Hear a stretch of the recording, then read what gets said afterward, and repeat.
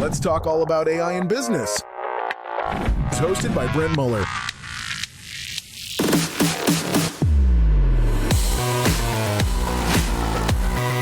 Welcome to the Future Proof Podcast.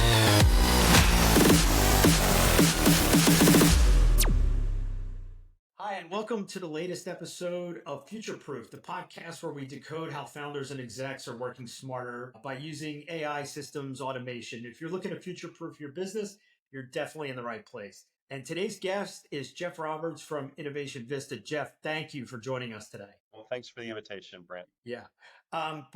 Before we jump in, again, for everybody that wants to know what we do, if you're a founder, leader, C-suite exec who's feeling the pressure to grow faster with leaner teams, we're constantly developing new leading edge micro AI solutions. Last week, we helped a client save over 30 hours just for their sales team alone. So if you just want to see where AI can add a bunch of hours back to your week or 2 to 3x your lead flow, we do free 30-minute collabs. Just check the links below in the show notes. But let's jump into today's episode and let's get started. So Jeff, let's dig in. Let's talk about your journey first. Well, it's been an interesting one. I'm a little bit unusual in that I knew what I wanted to do at about age 13.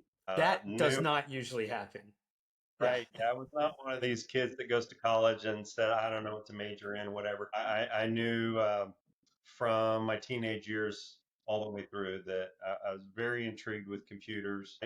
I couldn't predict exactly how, but I knew they're going to get better, they're going to get faster, and it's going to change the world, and I want to be part of it. Nice. So started out my career as a programmer, data modeler, project manager, and then had an opportunity in the mid-90s to enter the org chart management kind of role, I guess.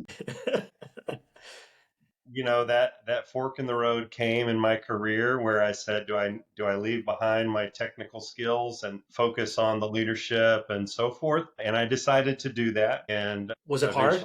Yeah, it was. I mean, I remember kind of waffling a little bit, but then I realized what I really enjoy is making things happen. Yeah. And wingspan that leadership allows you is just so much wider and bigger. And so that impact can be wider and bigger as well. So kind of made the choice on that. Really no regrets on that. Good. I rose to be CIO, 5 different companies in finance and real estate. The last company I was CIO for was a commercial real estate firm. They were acquired by a big multinational. And rather than look around for CIO chair number 6, I decided to start this firm. Time for your own, right? Yeah. Go to market with some of the things I'd had some success with as a CIO. Mm-hmm. I felt like, in particular, the mid-market is underserved. A lot of organizations. Amen to that, by the way.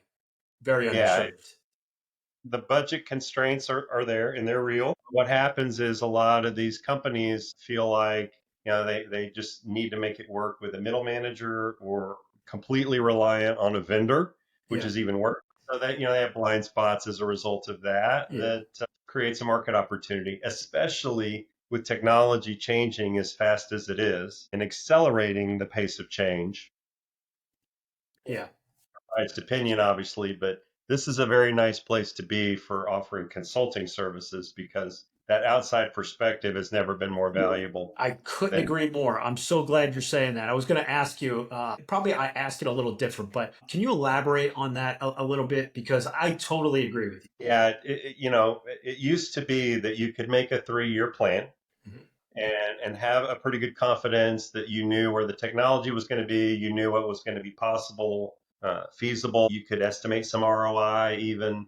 With the pace of change as it has come, we are seeing more and more. It's really a 1-year plan. And when you look again 12 months later, the whole landscape has changed, and particularly AI.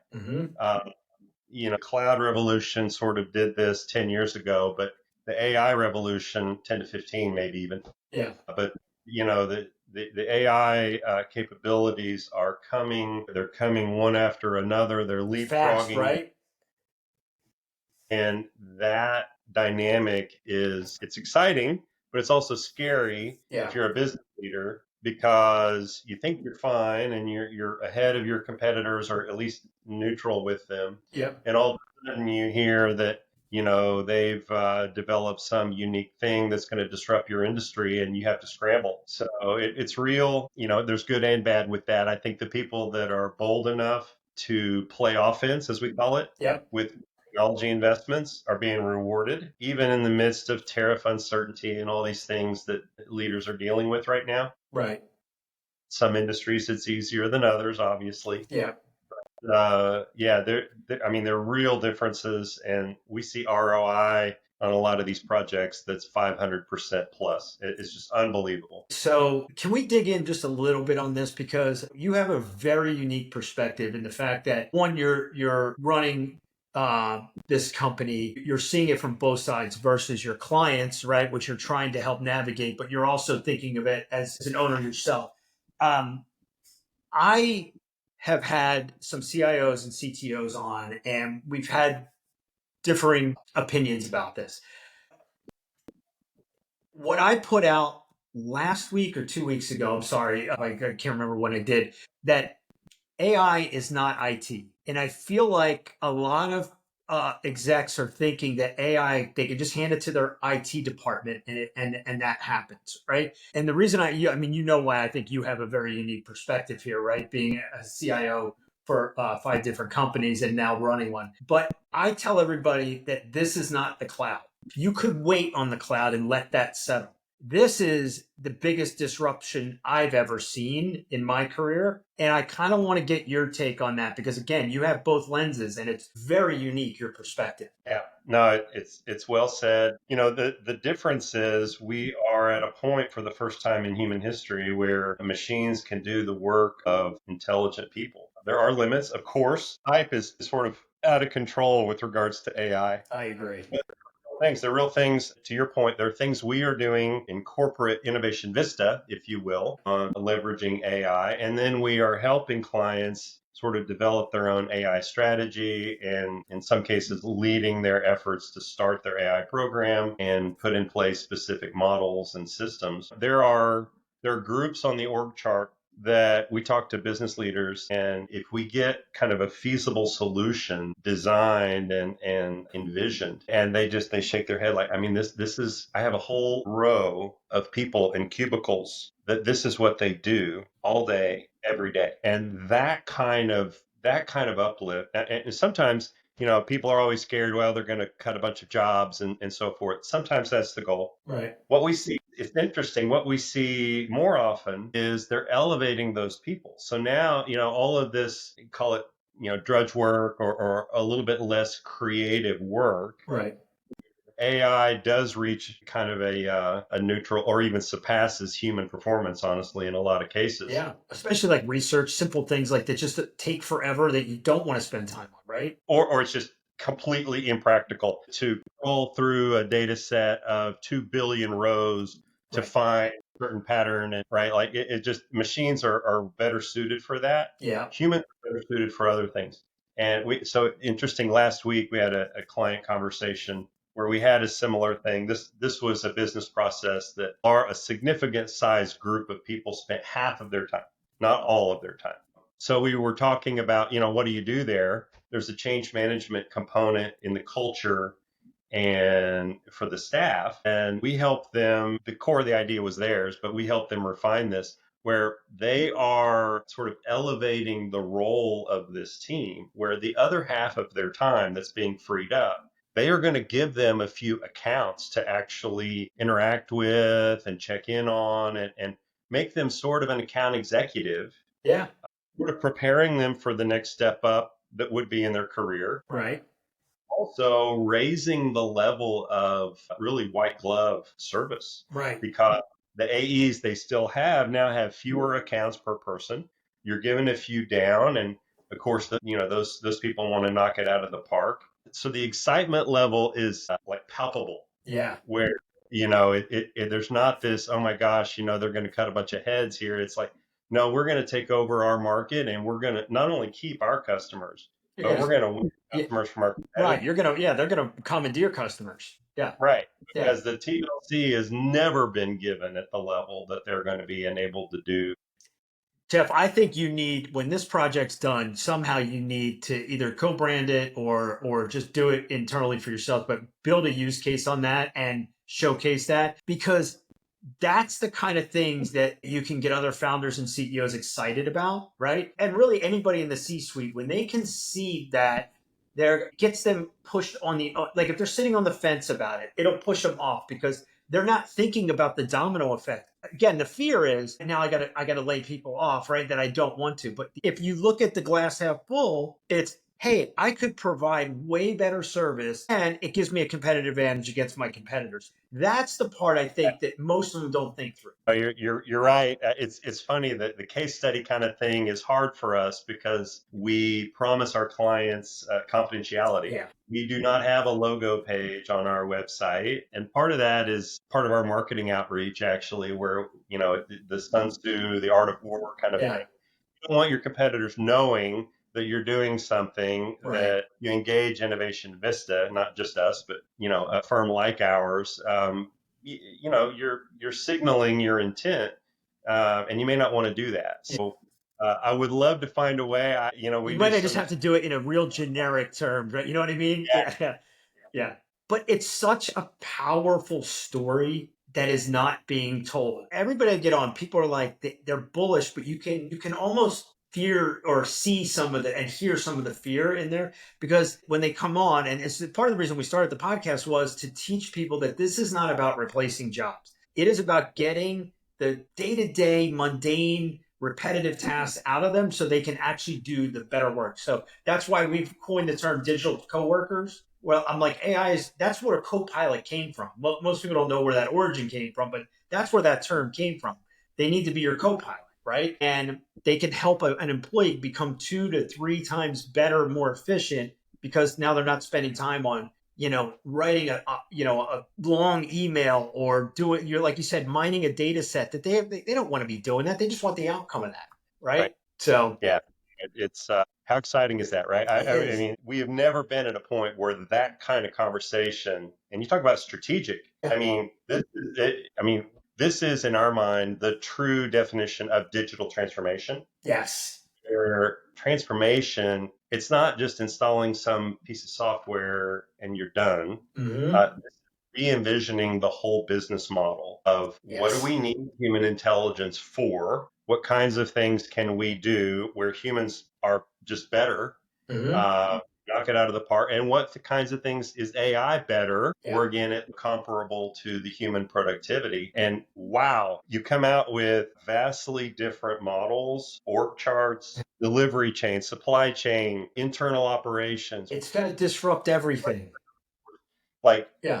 it looks different everywhere. So it's not like you write a recipe book for that, but the kinds of changes that we are seeing and helping clients work through, it's amazing. So let me ask you a question, because I've worked with technology leadership for a long, long time in my career. One of the things I've always experienced on the consulting side is watching, especially CIOs and CTOs, trying to figure out, all right, I have to build this new thing, but I also have to retrofit legacy stuff. And I feel like with AI right now, you either have to fast track that or punt that, like, because it's that much of a drag, because your competitors, or worse, a startup in your space gets to do this with almost no code, low code solutions, where AI is going to build half of it in lightning fast, and the disruption, they'll say, where did this company come from, right? So how are you coaching your clients, and how do you kind of steer that conversation? Because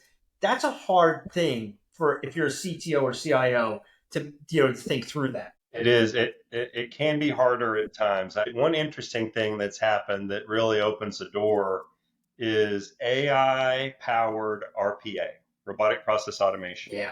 In the past, mainframe technology, anything that's sort of old client server, anything 10 plus years old, very difficult to integrate with, doesn't have the kind of architecture that the newer technology has. And so, the world of APIs that everyone lives in, et cetera. It's not suited for that. AI powered RPA opens the door to integrate systems that are in that kind of category where, the API kind of technology doesn't work, but a system that sits across that and other systems that need to integrate with it can achieve kind of integration. And so in some sense, it's harder, but I would say in the last 3-4 years, things have become possible and affordable that didn't used to be, where now it's actually less urgent that you move off of that legacy system because it's not going to handicap you the way that it would have, because you can get that data in and out faster and in an automated, repeatable, reliable way that at the end of the day, it achieves the same thing as an API. I mean, there can be near real time kind of integration, even with a mainframe system, which blows people's mind, right? Yeah. You're looking at a human being and you've got a robotic process that's looking on screen, putting in data where it needs to, pulling out data where it needs to. So we travel that path quite a bit, I would say, and explore that. Now, there are cases where there are limits in the features. You have this incredibly hairy ecosystem of supporting spreadsheets and reports and things that it doesn't work right, and you got to kind of combine it with this thing over there to get a whole answer. There are cases where we just say you need to forklift that. Yeah. We could do something. It's a Band-Aid solution. It gets you there, but you're going to hit your forehead in a year or two and say we should have bit the bullet and brought in a modern platform. Yeah. Cases do still exist, and but at least as they do that, their eyes are open. They've been able to weigh this sort of landscape of pros and cons on, okay, there are other ways to do it, and it's not like Y2K. Right. Where every company just, okay, we need a new ERP, let's throw out the old. Yeah. Yeah. Interesting. That's a really good take. And I didn't think through it there, but you're absolutely right. And so as you start to look down the road, right? I love the fact that you said about 1 year, right? Nobody can look very much. I say 12 to 18 months is the max window you can look these days. And I'm not sure 18 months even makes sense, to your point. It's changing so fast. Yeah. So when you put your founder hat on for innovation, how do you see, are you narrowing your client focus? What's the direction? What's the vision for the next year for you? So we have a very broad offering across every major industry because we've built up a team of 430 consultants now. Yeah. So we have breadth and depth on every vertical, subsectors within that, unique combinations of things. We generally can find someone in that space or who's been adjacent to that space and familiar enough to walk in the door and contribute on day one. What we're doing with AI is not so much narrowing as we are personalizing.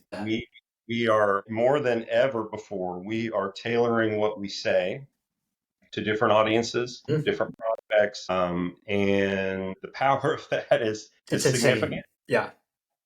It's, again, no one has the time to crawl through, individual people's profiles and what have you. There are millions of contacts out there, but AI can do it. Yeah. And with fairly good accuracy, I would say B plus at least. Yeah. And improving all the time. Yeah. So it's good enough where we felt comfortable making the jump to really become mostly AI powered in our marketing outreach last year. That's awesome. And so you're targeting mid-market across many industries then, right? Absolutely. Yeah. I love that. That's fantastic. Yeah. And I'm thinking, right, as you start to think about AI, where do you see, again, it doesn't matter the industry because you're across so many, which is great, but where do you see the biggest movers? Do you see a couple like areas that you see AI being adopted quicker? Because the thing I struggle the most with, Jeff, is coaching our podcasters and our audience into where to start.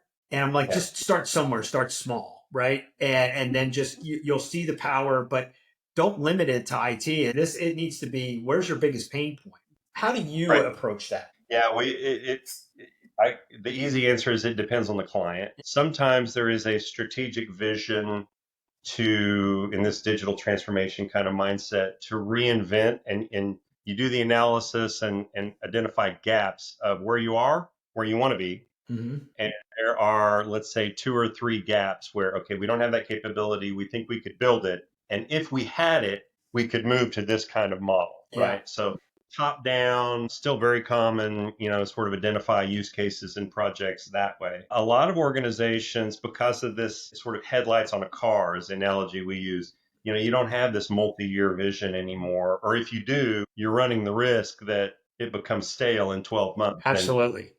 You need to relook whether you're kidding yourself that it's a 3-year plan or not. Some don't have it. So we have a bottom up kind of mindset as well that we can bring that tool to the table. And we look at what are your large teams? Where do you have open jobs? Right? Like it's sort of opportunistic AI where there are things off the shelf. There are services like what your company provides, right? To come in and sort of match those and or develop, customize those. There are capabilities now being added into every major software platform in the world. If they don't already have the AI assistant sort of module, they're working on it really, really hard. You can guarantee. Even tools like Airtable, it's just amazing. It's just proliferating out there. And a lot of times that bottom up sort of thing, you find solutions that they're quicker. They may be a little less strategic and a little bit narrower in their scope, but they solve a problem. They take away a pain point and they let you move down the road with some kind of measurable gain and go on the next thing. And, this iteration of that, pretty soon, you get to a point where you've raised the efficiency pretty significantly. I love it. I love it. And so what is your advice for the founder and CEO that's hearing this, right? Hearing us talk through this and they've been hesitant, right? Because they're thinking, because honestly, I would tell you at least 40% of the people I talk to, at least 40% are, hey, I think I can wait until it settles. And they're using ChatGPT themselves. But I mean, that's just this much of what AI can do for them. What's your advice for that? Leverage outside expertise. That's a little bit of self-serving advice, but here's why I say that.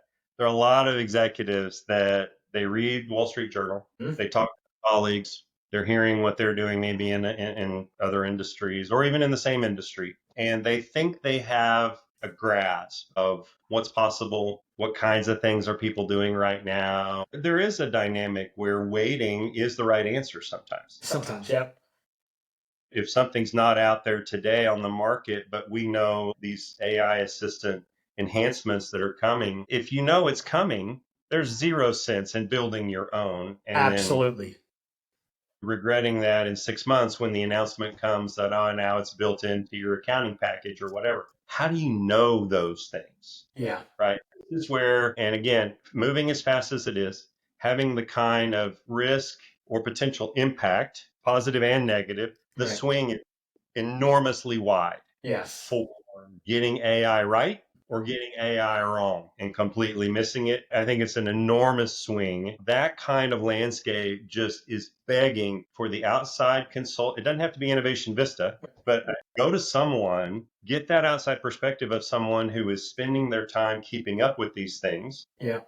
Who's run successful projects, who knows there are pitfalls. There is hype out there of things that AI is not ready to do yet. Or maybe an individual company's data is not ready, but with some prerequisite work, it could become ready, right? There's a lot of people promising it doesn't matter what your data's like. We'll build you an AI that's powerful. Yeah, I don't believe that.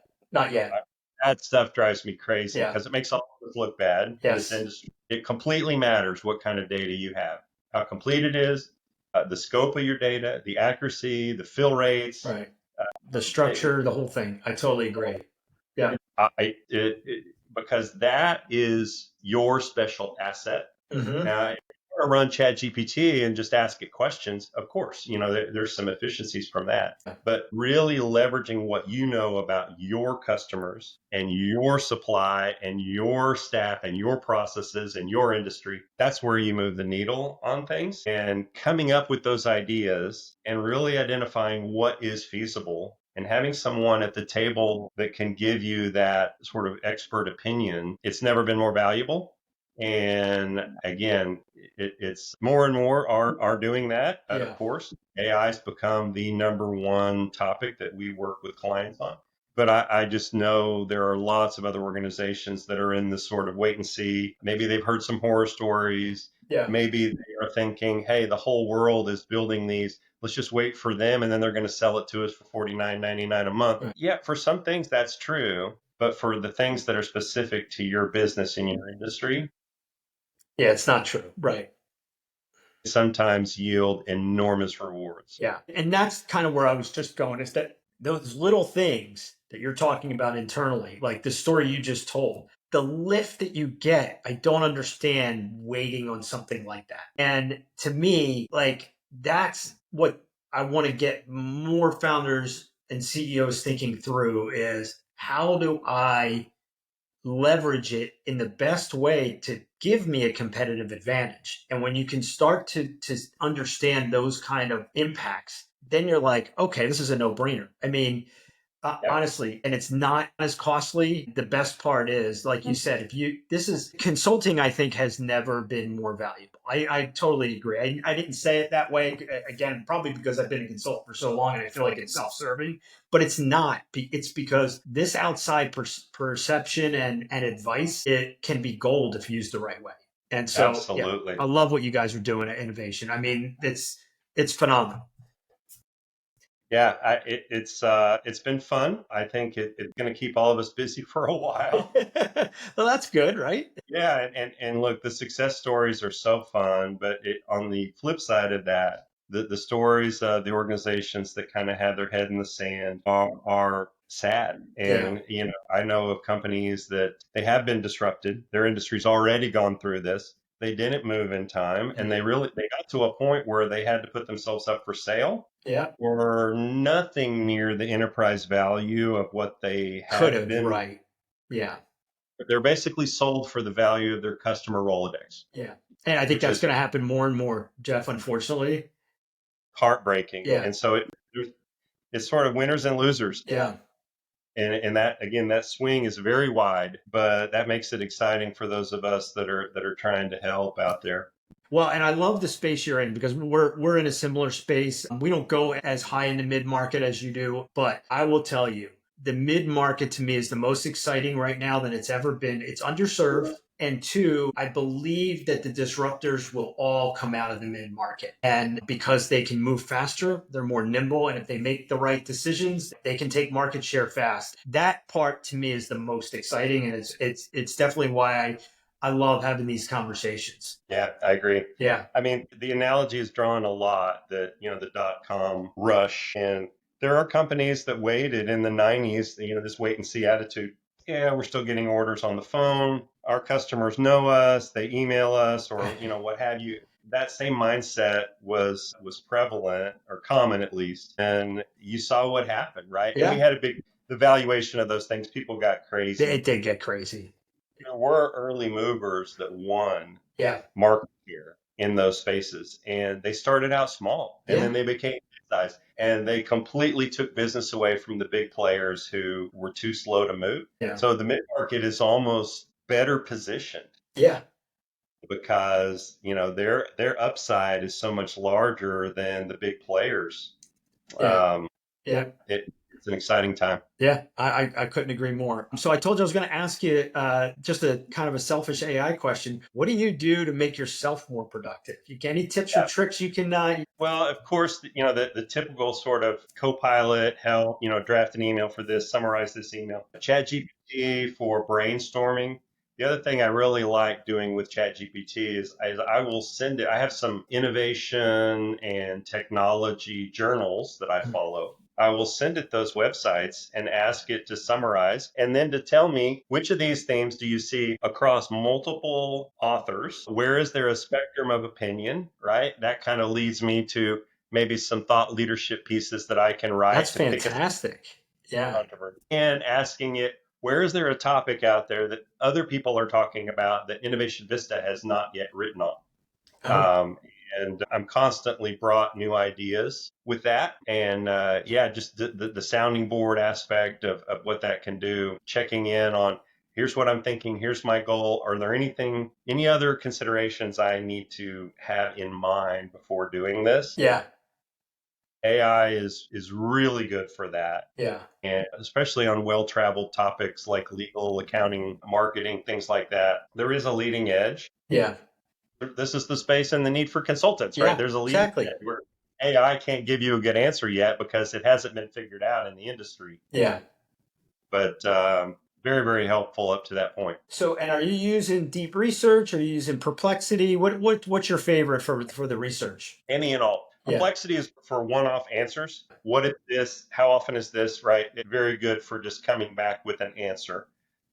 Deep research on the pro subscription of ChatGPT, really good for kind of strategy, sounding board topics. And then, just the 04, 045 kind of model that has the ability to surf the web and do this comparison of what's being talked about here, but not here, and where do they disagree with each other across the industry. So I probably use 4 or 5 tools and models because we're still in this spot where different ones are better at different things. Yeah, I agree. That is going to, I think, sort of come to a fewer number of very powerful models. Yeah. But yeah, right now, there's good solutions out there. They're affordable. Yeah, the ROI, they really are. What I pay for what I'm getting for my AI. Not even close, right? I totally agree. Yeah, and I tell everybody, if you want to play with different models, just go get an open router subscription, and then just then you can play. Right. If you want to test them, you don't need to go get subscriptions everywhere. It's very easy to do this. But yeah, Jeff, I honestly, tremendous insights. I love the fact that you kind of can see it from multiple lenses. You bring that consultancy mindset that every company out there needs. And I really hope when this podcast goes live that people reach out to you because we can't get enough thought leadership infused because things are changing so fast. And I feel like I've talked to enough people every week and I realize that we have some still old style steep thinking where they're thinking that they have time. And again, this is not to sound an alarm, but part of it is that there's just ways in which you can leverage things that just need to be taken advantage of. This is not something, hey, I can wait 6 months or a year. The landscape will look so completely different, to your point, in 12 months from now. Absolutely. Yeah. And so anyway, thank you for spending this time with us and sharing your insights. And I really look forward to talking to you going forward. Likewise. No, I appreciate it. Honestly, Brent's my favorite topic. So I could talk about this stuff for hours. Yeah. Hopefully your audience gets a few useful tidbits. And I know that they will. I know they will. So thanks again. And for that, it wraps up this episode of Future Proofed, where we tell everybody future-proof your business and automate the rest. Thanks, guys. If you're ready to embrace change and lead with innovation, be sure to subscribe and never miss an episode. Thanks for tuning in to the Future Proof Podcast.